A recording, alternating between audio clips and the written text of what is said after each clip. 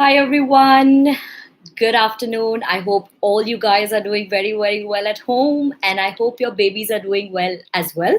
Okay, so let me start by introducing myself again. I'm Dr. Munira. I'm a pediatric physical therapist, and I'm the co founder of a company called Tickle Right Education. Tickle Right is essentially a right brain development program where we do 20 to 25 active can do since the time your kids are newborns up till the age of 6. Please refer to my previous videos. So let's start today's topic by asking a very simple question. I'm sure all my parents are facing one struggle at home, and that is what to feed these kids every single day, how to keep their nutrition in check, isn't it? So that's my topic for today. It's brain boosting food for children. Let's start with the first thing that the first 1,000 days of your child's life are very, very crucial because most of the brain development happens during this time. Under the age group of 2 is when most brain development is done. Most of it is done. By 3 years, yes, that's when all of it is completely done. Now, nutrition plays a very, very important part in brain development. So that is why it is very crucial that when the kids are young, you're giving them the right kind of nutrition. Let's start with the number one brain food, which is absolutely considered liquid gold, and it is your mother's milk. Breastfeeding is so important. Breastfeeding has a plethora of beneficial effects for your child.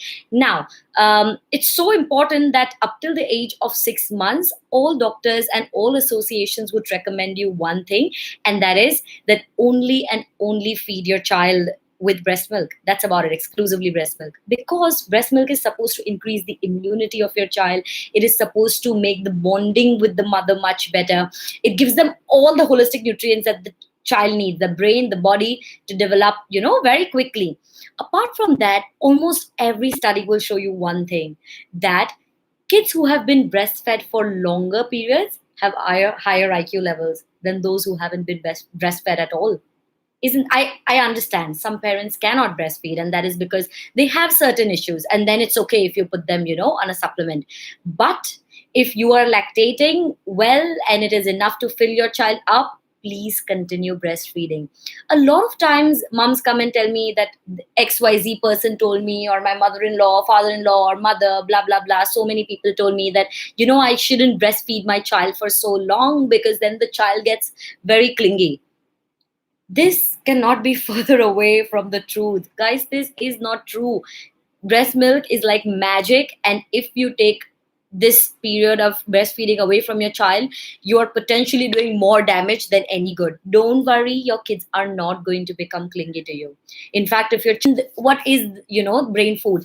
Now, more than coming to a particular brain food, I'd like to talk about feeding the kids a rainbow. By feeding the kids a rainbow, I mean that feed them all different colored foods, like your green capsicums, red capsicums, tomatoes, your broccoli, and your purple yam, and your purple cabbage, yellow corn, everything. The more colorful a child's plate looks, the better it is for the brain as well. That's exactly how it is. Now, the next question, I know it's already going on in your head that, but my child is such a picky eater. He barely, barely eats any of these things, like he has 4 or 5 things that he keeps eating, and that's about it. So, how can we change that? The number one thing that parents do is they put the foot down and they like strictly tell them that, no, this is what you are going to eat today. And guess how that works out for you? It almost always never works, right? Because it's very counterproductive. It doesn't work like that. If you really want to change the habits of your picky child, figure out what is it that is bothering him. I'll give you my own example, okay, guys? So when I was a child, everybody told my mom that, hey, feed her makhanas. Makhanas is really good, and yes, it is a superfood. Makhanas are really good for us. All Indians can vouch for that. So my mother tried to feed me the makhanas every single day, and I was like, no, this is absolutely garbage. I don't like it. I don't like it. I never ate the makhanas. Until one day, somebody told her that, hey, why don't you roast them in ghee and give it to her? And she did that. And guess what? Makhana quickly turned into my favorite food. Even today, I can absolutely vouch for my makhana. So that's when my mom realized that I don't like these chewy, cardboardy textured things. I like crispy textures even more. Even as a human brain, we tend to go for the crispier textures more. And that's when she realized I would not eat my carrots, I would not eat a lot of vegetables because, I didn't like the mushy feel. She started roasting them. She started giving me carrot french fries. She started giving me these crunchy makhanas. And that's when the tube diet went. And I started trying a lot more things. Try that. Figure out what is it that the child doesn't like. You I'm sure you parents are very intelligent. It's not the problem about, the problem with the vegetable, because I know a lot of parents whose kids don't eat vegetables, they slyly make a khichdi out of it and they give it and they eat it. So what is that? It's not really the vegetable that they hate. It's maybe the sight of it, the way it looks, the texture, or maybe it's absolutely an unknown vegetable or food item that you're trying to make them taste, and they just don't like it. So try over and over again. Cook it in different forms. Variety is very key. Then one more thing that always happens is that if they like, say, for example, they only like cheese and bread, cheese and paratha, and you really want to stop that. How do I get my child to eat vegetables? The next time your child says that, "Ma, I'm hungry," don't get up and cook something different for them because you're like, "Oh, my child is a picky eater." Don't do that. Present them with 4 or 5 options. Present them with 3 options, but healthy options. Maybe one can be vegetables and hummus, one can be fruits, and one can be crackers and a yogurt dip. And maybe your child will be like, "Nah, nah, nah, not this," and he'll pick up the fruits. But guess what? Fruits are still healthy than eating, that ridiculous processed cheese sandwich or something like that. Rather than eating it all day over and over again, give these healthy treats. Put 4 5 healthy treats. I'm sure they'll try one of them, isn't it?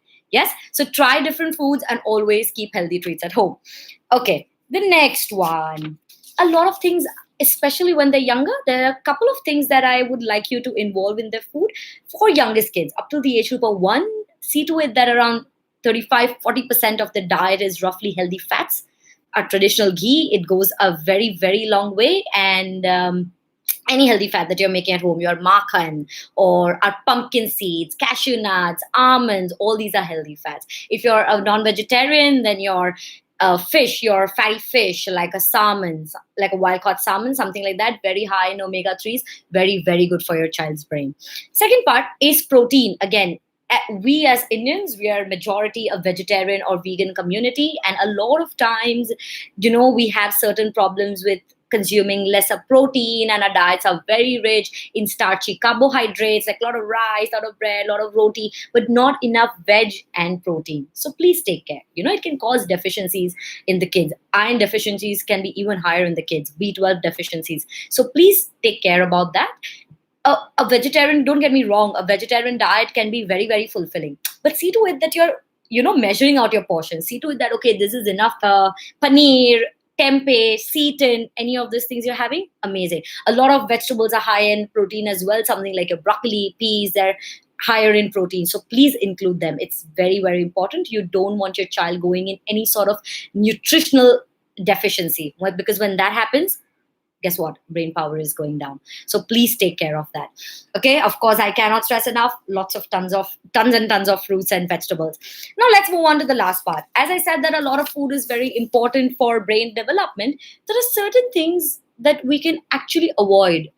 Just by avoiding, you'd have a better brain. And what are these things? Let's start with the current biggest culprit according to all the recent science studies, and that is refined sugar. Eating refined sugar is so bad for our bodies and brain. You can only imagine what it does to your child's brain. And listen to me, I'm not saying that, hey, don't give that occasional cookie or a piece of chocolate cake to your child. It's only normal. You must even, because if you completely restrict them for that, and if they get any other chance to eat that product, they might end up over binging. You don't want that. Don't create like a very unhealthy relationship with any sort of food. But it makes a lot of sense to avoid refined sugar. Yes. Now, refined sugar is very different from the sugar that we find in our fruits, in our jaggery, in our gur, in our dates, like so many thousands of varieties of dates.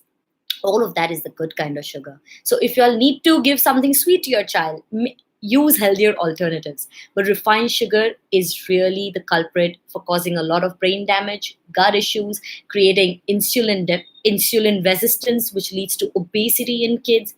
it causes a lot of problems. Not only obesity in kids, I mean, it causes obesity in everybody.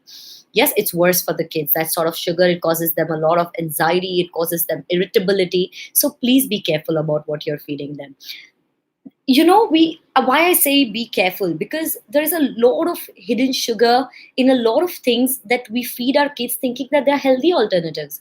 In fact, in the market, things that are called fruit juices, but they are not really fruit at all. It's only and only sugar, or high fructose glucose syrup, those garbage kind of items. There are a lot of drinks, those malt powders that we get in the market. I'm not going to name any, but you know what I'm talking about. That they say that, okay, they'll make your child sharp and strong and all. But please look at the nutritional labels. They are maximally sugar. There are a lot of good health drinks on the market. Please do your research. Don't just pick up anything and think that, okay, this is going to make my child very strong and because it has all the nutrients. If you look at it, actually, it has more sugar than anything else. Yes, so please be careful about that. Avoid these kind of foods. There's a lot of hidden sugar in our food, like a lot of breads that we consume also have sugar. A lot of other items, lots of crackers and cookies, which are actually supposed to be healthy cookies, have a lot of sugar. So please read the nutritional labels. Very, very important. Now that we are done, I just want to tell you all again that nutrition being very important. I'm sure you guys are doing your best, but a few tips and tricks. Picky eaters, you know what to do. Keep healthy options at home. Second thing, take care. Look at your food and see that, okay, do I see enough color in the food? Is there enough of red and green and blues for your blueberries? Very good. Antioxidants, very good for your brain, keeping it young. Absolutely important. So look for those things. Also keep in mind that, okay, is this protein? Is this carbs? Is that fat? It's very important. It's so much so that, our government came up with a whole campaign, protein kaha hai, aaj protein mein kya hai. So look for that protein is very important for your child's building blocks, even for the brain. Fatty foods, healthy fats. Ghee is good. Yes, ghee is good. Your coconut is good. Your peanuts are good. All the things that our dadimas used to tell us, hey, eat this. Yes, it's definitely good. Yes, it's local and it's very traditional and it's meant for our Indian bodies. We are accustomed to eat like that. Those are the brain boosting foods. Let me see if you all have any questions and we can answer them right away. Okay, can I say nothing? Let me have a look, please. Okay, Durga Salvi is asking me, dear brain boosting food कौन कौन से है, हम kids को क्या दे सकते हैं. सो दुर्गा जी, मैंने जिस मेंशन किया है अभी दैट कौन से ब्रेन फूड्स है, बहुत हमारा इंडियन फूड एक्चुअली बहुत ही न्यूट्रिशियस होता है. Most of the foods are brain foods, लेकिन आप please be careful as to what you are feeding your child. मैंने जैसे बोला, प्रोटीन, कार्ब्स, फैट्स. देखिए, अगर आपका बच्चा बहुत छोटा है and you are breast feeding your child, please lactate कीजिए अपने बच्चे को. Let me see if there's anything else. Let's go lower down. And I think that's it for now. And if y'all have any questions, y'all can leave it down and we will get back to you. Thank you very much for tuning in with me. Have a nice day. Bye.